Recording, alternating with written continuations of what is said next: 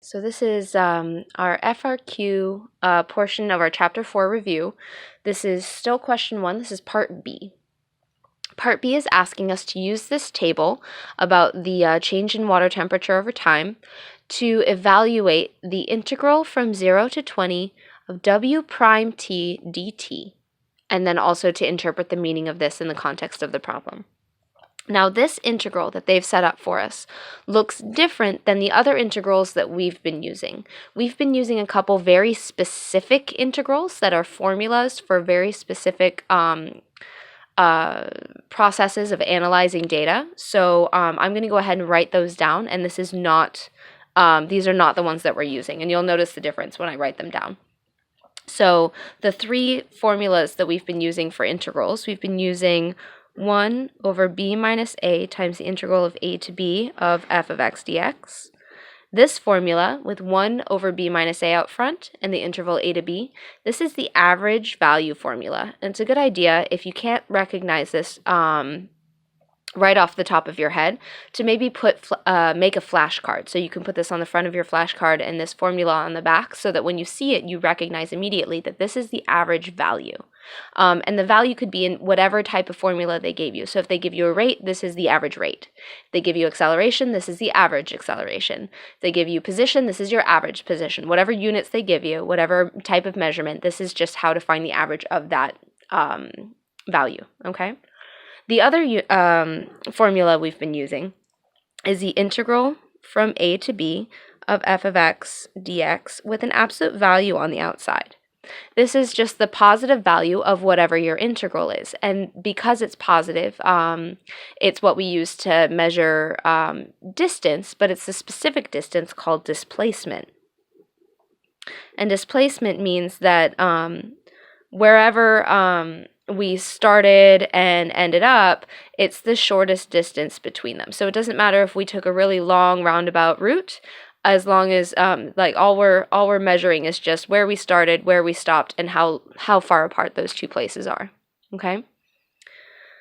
And if you'll notice, this is an integral, but it has that absolute value. So as soon as you see an absolute value, you should think to yourself, this is either displacement or this third one that we're going to talk about, which is also the integral from a to b of f of x dx.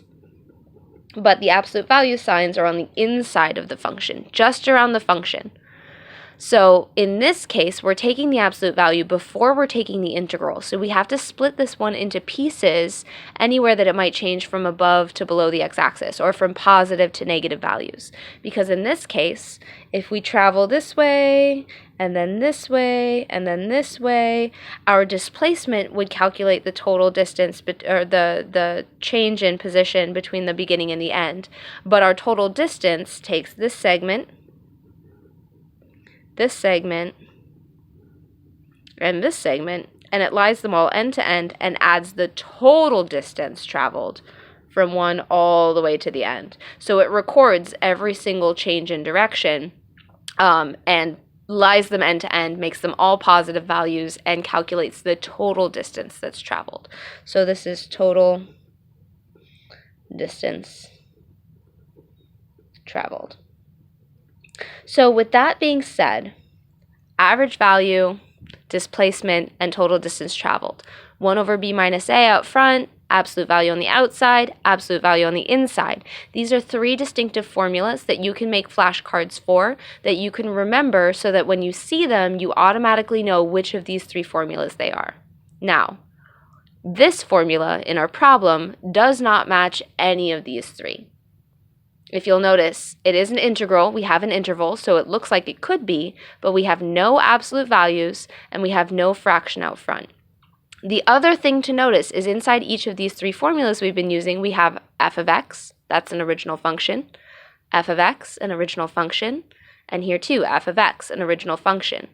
In this problem, this is w prime. Our original function's w. This is w prime. This is not the original function. So I'm going to put these three away. We're not using these. Let's take a look at what we are doing here, okay? So we have position function. This is a number, of some sort. It records a number, which is actually what we started with here. W of t records the number of degrees, okay? Then we have a velocity function, which records a rate, right? So this is a number over time. We also have an acceleration function, which is the rate of change of a rate of change, right?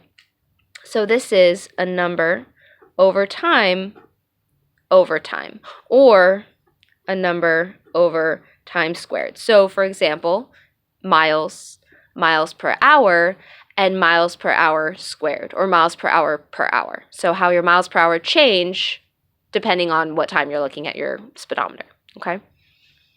All right, so if we want to move from position to velocity, we take a derivative. And if we want to move from velocity to acceleration, we take a derivative. If we want to move backward from acceleration to velocity, or from velocity to position, we have to integrate. Okay, and this could be definite or indefinite, it doesn't matter, it'll still move us backward. Integration is an antiderivative. We go the opposite direction. So we have Wt here, W of t, and we are trying to find W prime of t, which means we started with a position and we took a derivative. We ended up at a rate. Then we integrated that rate. So that means we were here and we went backward. Our answer is a position. It's a number, okay? So we end up back at Wt. So Wt prime, you integrate that, you end up back at Wt. So I'm going to put that here. This is what we're using. But when we integrate, we always either have plus c or we have an interval. Every time. If it's indefinite, we have plus c. If it's definite, if it had an interval a to b here, then we have to put the vertical line to show our interval that we're using after we integrate. These things always happen after we integrate, okay? So in this case, we are looking at a definite integral. We have 0 to 20, which means after we end up back at our original function, we still have to take into account 0 to 20, okay?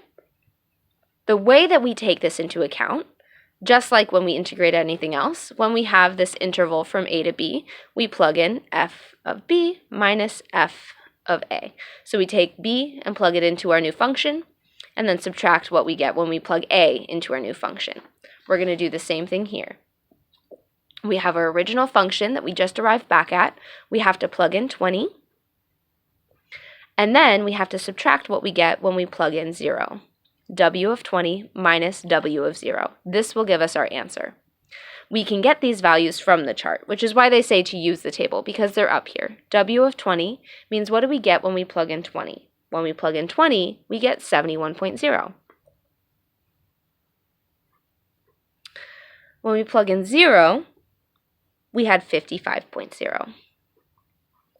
This is our answer. You can stop here for this portion of this question. 71 minus 55 is an acceptable answer. If you wanted to go ahead and actually calculate that, that's fine. The answer is 16. I would put 16.0 because they had point zeros on the end, but that's up to you. So the difference is 16, and this is your answer for this portion. Now, the second part of this is asking us to explain this meaning, to interpret this meaning in the context of the question.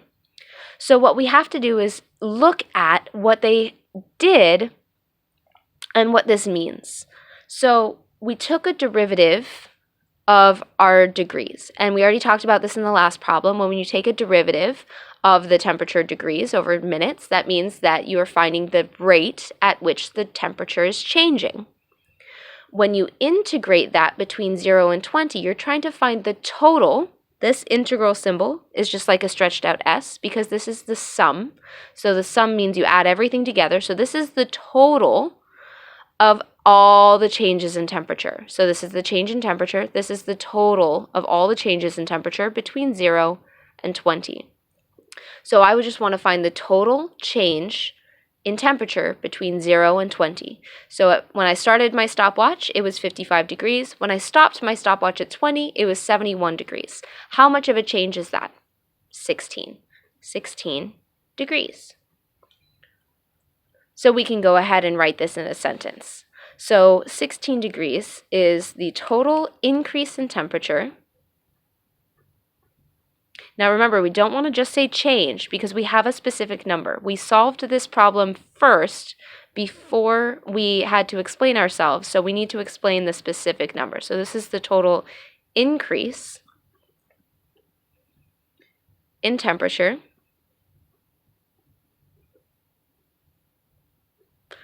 of the water